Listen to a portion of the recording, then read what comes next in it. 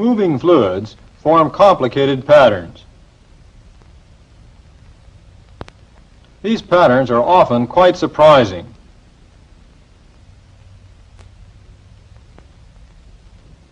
What appears to be a small shift in system geometry can change the entire flow pattern. But it is almost never possible to predict the real flow pattern on theoretical grounds alone. We need other approaches. One of the most efficient is flow visualization, direct observation of the flow field. Visualization is an important tool in establishing flow models as a basis for mathematical models.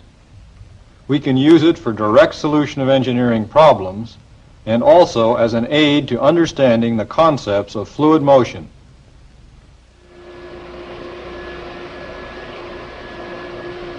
An open surface water channel, such as you see here, is often used in flow visualization.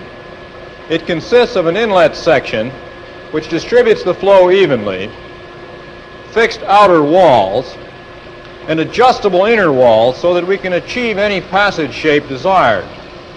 The flow leaves through a porous exit section to give an even velocity profile.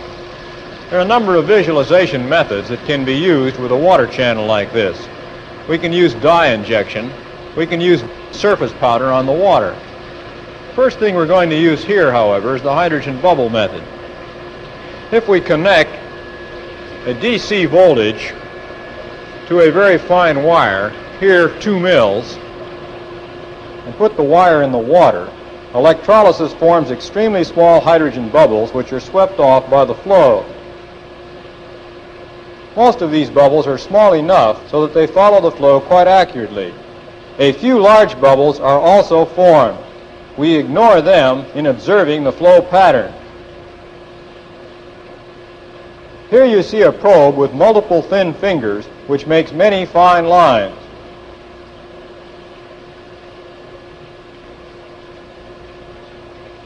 Another kind of probe is a single wire with sections insulated so that we see bands of bubbles coming off the probe.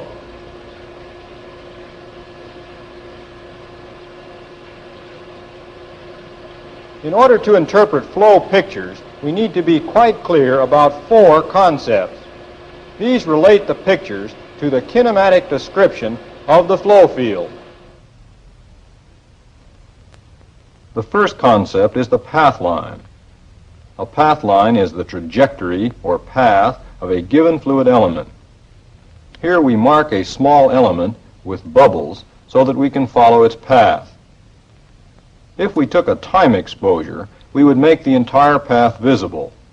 Instead, we superpose a path line, and you can check for yourself that each of these squares follows it.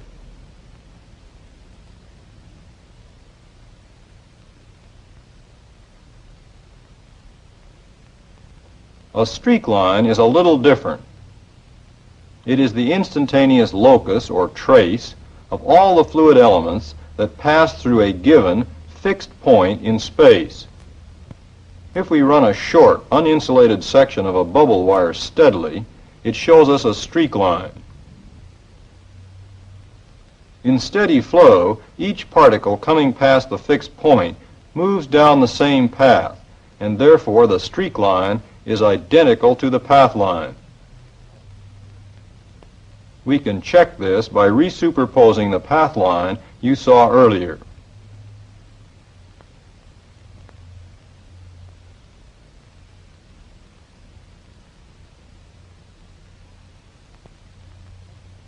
Often it is useful to use multiple streak lines to observe a flow field. We can make them with the multiple finger wire you saw before.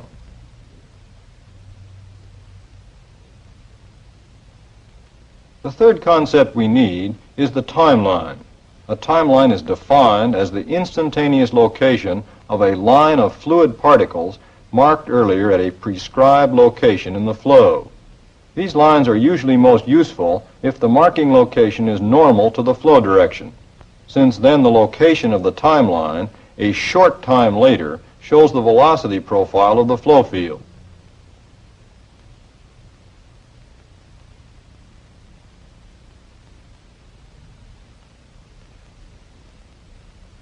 Here we apply the timeline technique to a steady flow past an airfoil. Near the angle which gives zero lift, the portion of the timeline passing above the airfoil rejoins the portion passing beneath at the trailing edge, except for the narrow boundary layer region where the flow is retarded by friction. Since the distance around either side of the airfoil is approximately the same, the timelines show that the average speed above the airfoil is approximately the same as beneath it.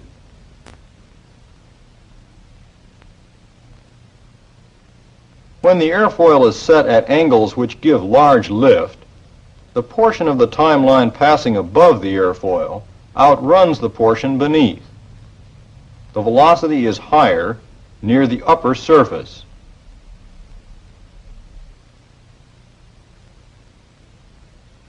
At negative incidence, the effects are reversed. The fourth concept we need is the streamline. A streamline is defined as any line that at a given instant is everywhere tangent to the velocity vectors of the flow field. The streamline is essentially a mathematical idea and is very useful in many fluid flow analyses. But there's no way to make a streamline directly visible. You've seen that in steady flow, the path line and the streak line are the same. And you might suspect that the streamlines would coincide with them also. This is in fact the case. Consider a particle moving along in steady flow. As you saw, each particle moves down the same path line, so that it's always moving down this path towards the particle ahead of it. This means it is always tangent to the path, and that is how we defined a streamline. So in steady flow, the streamline, the streak line, and the path line are all the same, and we can use either streak lines or path lines to show us the streamline pattern. Another thing we often need is the velocity vector field itself. We can find the velocity field by using what I call combined time streak markers. The bubble squares you see here are such markers, and they have a number of useful properties that you can prove for yourself. The sides of the markers are streak lines. In steady flow, the sides show the streamline pattern. The fronts and backs of the markers are timelines. In a two-dimensional incompressible flow, the area of each marker is forever constant. Since the time interval for a given marker to pass any fixed point in space is also constant, the length from the front to the back of a marker at any location is a measure of average velocity in that region. Now consider for a moment an unsteady flow, like the one you see here past an oscillating plate. Do you think that in this case the streak line or the path line will be the same as the streamlines? Let's look at a path line and see. Here is a single marked element entering at a fixed time in the cycle of a plate.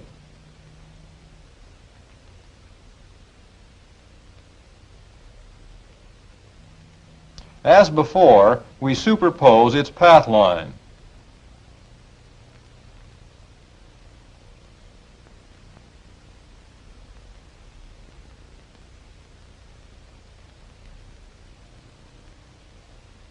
Now compare the path line with a succession of instantaneous streak lines entering through the same point.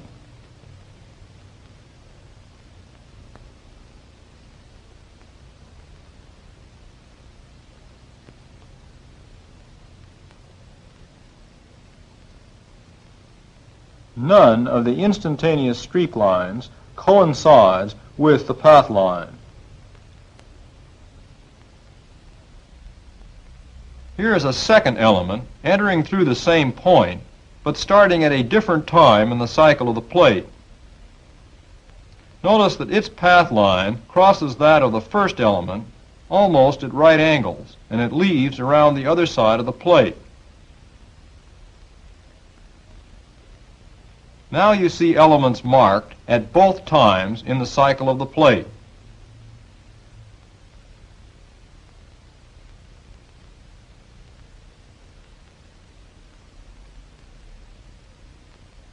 If we superpose the path line of the second element and compare it with a set of streak lines through the same point, you can see that none of them coincide with the second path line either.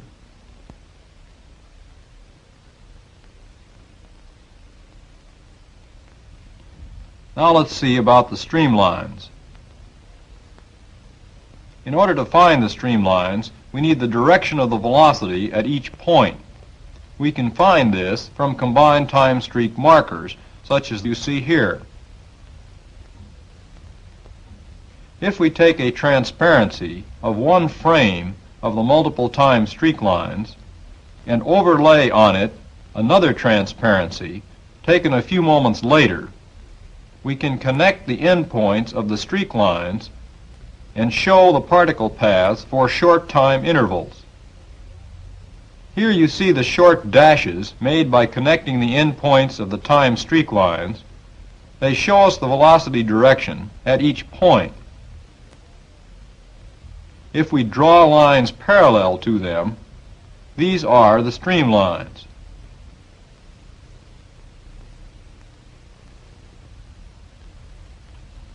The total streamline picture you see here is for the same instant that the first particle we observed with a path line entered the frame.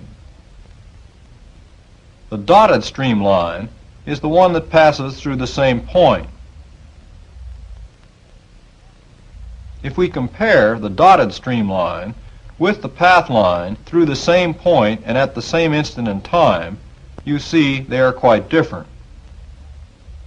If we compare the dotted streamline with a set of streak lines entering through the same point, they do not coincide either.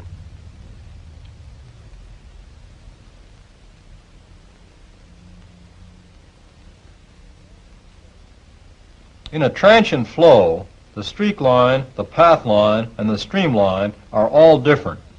If the streak lines move sidewise, as you see here, then the flow is transient, and we cannot use the streak lines for streamlines.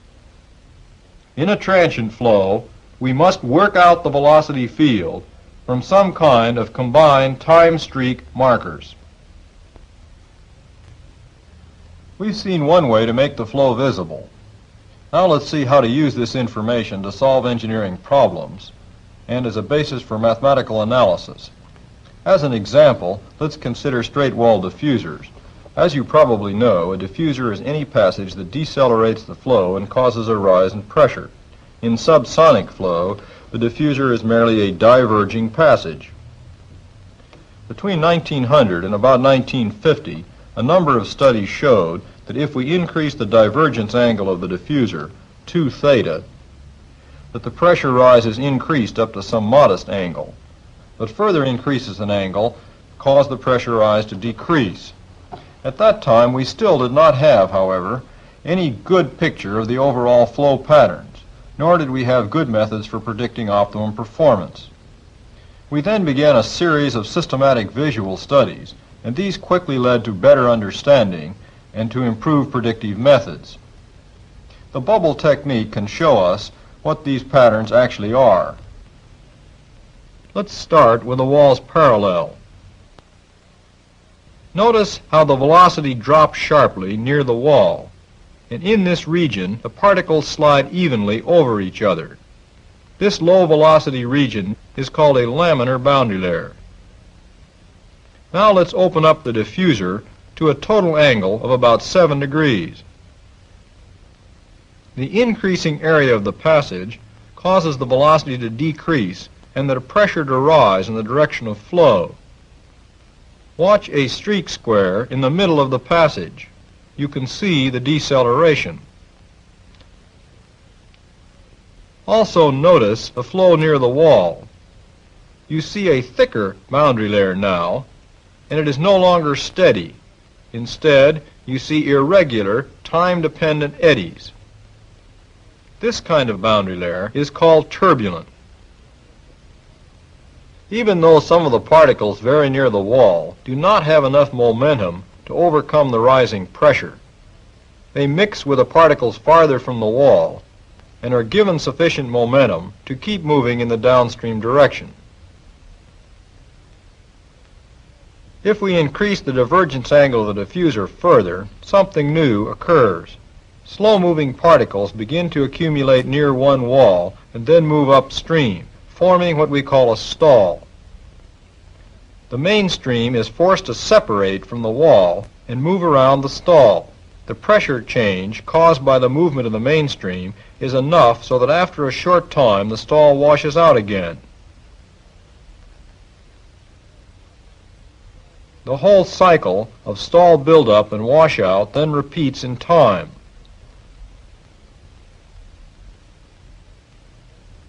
These unsteady motions we call large transitory stall.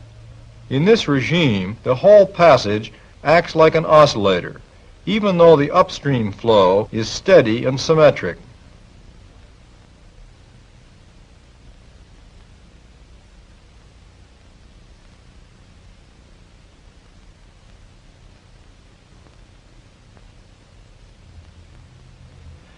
If we increase the divergence angle of the diffuser still further, the stall forms a relatively steady recirculating region on one wall.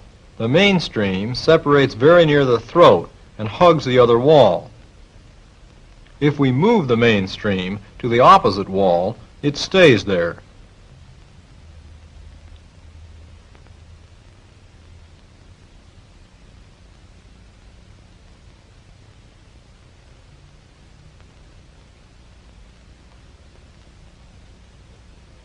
The pattern is what we call bistable. Usually we refer to this pattern as fully developed stall. If we increase the diffuser angle to high values, the flow separates from both walls. We observe a jet flow pattern.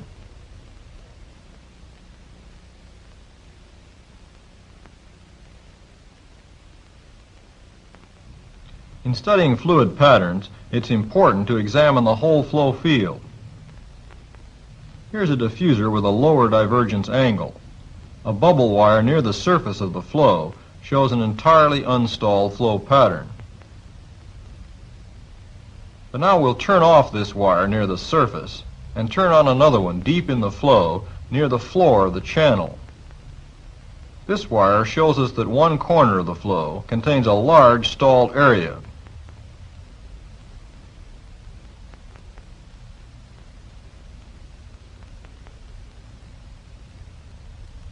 The wire near the surface still shows unstalled flow. If we'd used this wire alone, it would seriously have misled us about the nature of the flow pattern.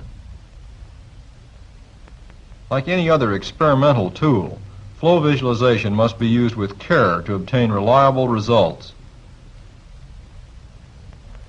Knowledge about flow patterns is most useful when it's summarized in the form of a correlation. In the case of our diffuser problem, we can show the summary by this chart. It shows divergence angle 2 theta plotted versus length to width ratio, the length of the diffuser divided by the width, N over W. The chart shows us when we will find each of the 4 flow regimes you've seen in terms of the parameters. These lines indicate shifts from one flow regime to another. One point that needs emphasis about these shifts in flow regime is that it's very seldom that we can predict them on theoretical grounds alone. Even when we have a good flow model and a sound theory based on it, within a given regime we may not be able to predict where that regime ends. This is the case in the lowest region. In this region, if we stay well below the line of first stall, then we can use Prandtl's potential theory boundary layer model to make accurate predictions about the flow and about performance. But there is presently available no theory that will predict the transition, that is, this whole line. Higher up on the chart, in the other regions, the theories are not as complete, and there is no theory that will predict this line or the hysteresis region either. We might summarize all this as follows. When we first begin to study a problem in fluid mechanics, we may not even know the gross flow patterns to expect.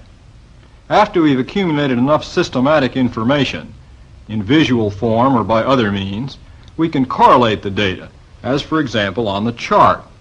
Finally, we can use the flow models so found as the basis for mathematical models, and if these are successful, we can then make paper and pencil predictions about a good many details. We can do that in this regime on the diffuser chart. The information inherent in the second or correlation stage is often useful for other purposes. Sometimes it tells us how to locate optimums, and sometimes it suggests improved designs. In the diffuser example, the lowest line in fact tells us the geometries that give maximum pressure rise for a fixed length of diffuser. The chart itself also suggests a way to improve short diffusers. Short diffusers usually mean wide angles, but wide angles mean separation, poor patterns, and poor performance. The chart suggests that perhaps what we ought to do is to divide up the passages into smaller passages, each one of which does not cross the first line of stall either this way or this way. Let's see if this idea works. Here you see a fully developed stall in a diffuser with a divergence angle of about 45 degrees. Let's insert an assembly of vanes designed so that each passage lies below the line of first appreciable separation on our flow regime chart.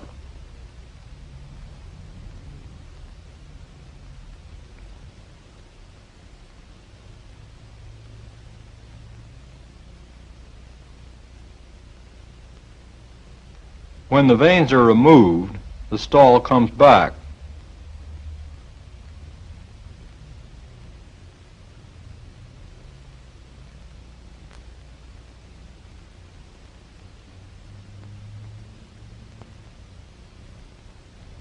It's often useful to use more than one method of visualization. Let's use another technique to look at some of the things we've seen before, and also to study a new pattern of flow regimes, laminar turbulent transition. For this purpose, a useful but very simple method is dye injection. All you need is a flask of adjustable height and a manifold with hypodermic injectors. Any dye can be used provided its density is very close to that of the working fluid.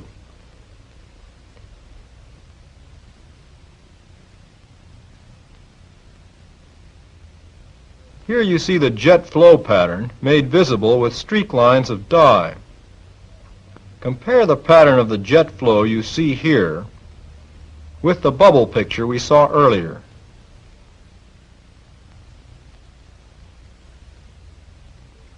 The recirculating eddies, which you now see at the sides of the main flow, are made visible by seeping dye through holes in each wall.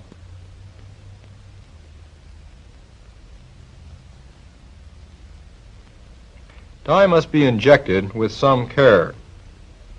If we apply the wrong pressure to the injectors, the dye will come out too fast or too slow. This causes jet instability, as you see here.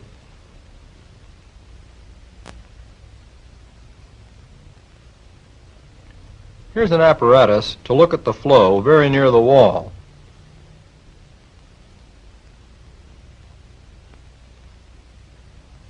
The apparatus consists of a dye reservoir connected through a thin rectangular slit to the flow.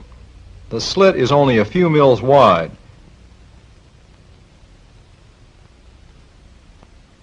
The layers of flow extremely close to the wall are crucial in heat and mass transfer, in flow separation, and in the structure of the turbulent shear layer.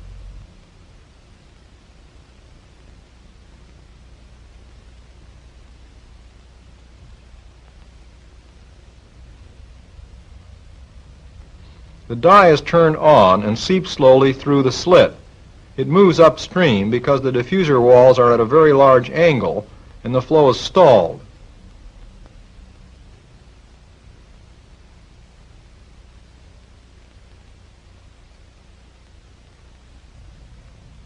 The walls are moved parallel.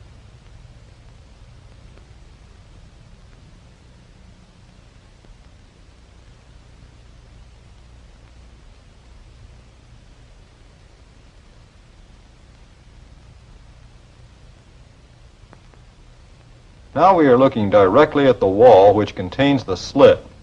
The slit is near the left edge of the picture. Notice the smooth, almost glass-like appearance of the dye. This is typical of a laminar boundary layer. Now we introduce effective trips.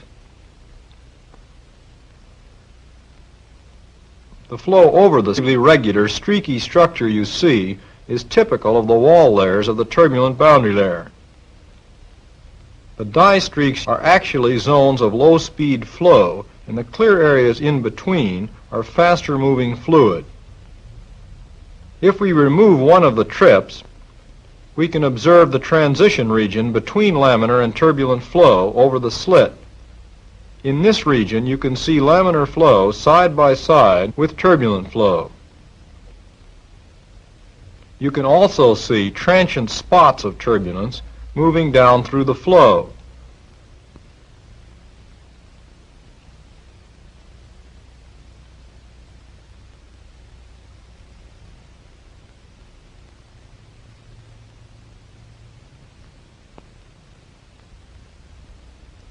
If we move the remaining trip further upstream, the fraction of the flow which is turbulent at the slit decreases.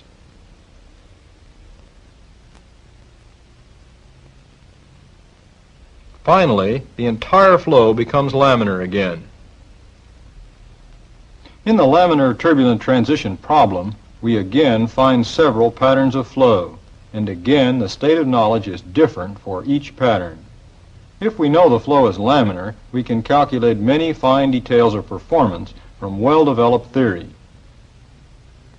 If we know the flow is turbulent, we have workable approximate theories for a few simple cases. In a number of other cases, we also have good data correlations for such things as friction and heat transfer coefficients. If the flow is in the transition region, the theory is quite incomplete. As in our diffuser example, theoretical prediction of when a shift will occur from one regime to another is the most difficult thing of all. We have only part of the theory for a handful of cases and data correlations for a few more. We can predict results based on established flow models, but even in this very old and much studied problem, we still need correlations of data to predict the flow pattern that will actually occur. Let's consider one more example. Here's a flat plate parallel to the flow. A laminar boundary layer builds up on each side and forms a small symmetric dent in the velocity profile. But the dent is not evened out by viscosity. As the flow goes downstream, the two boundary layers interact to build a large oscillation.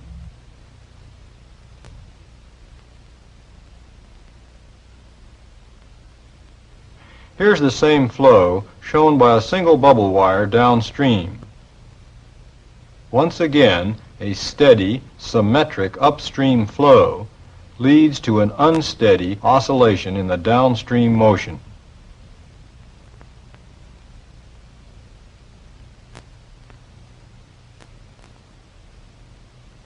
To predict the behavior of real fluid flows, we need to know the actual flow patterns.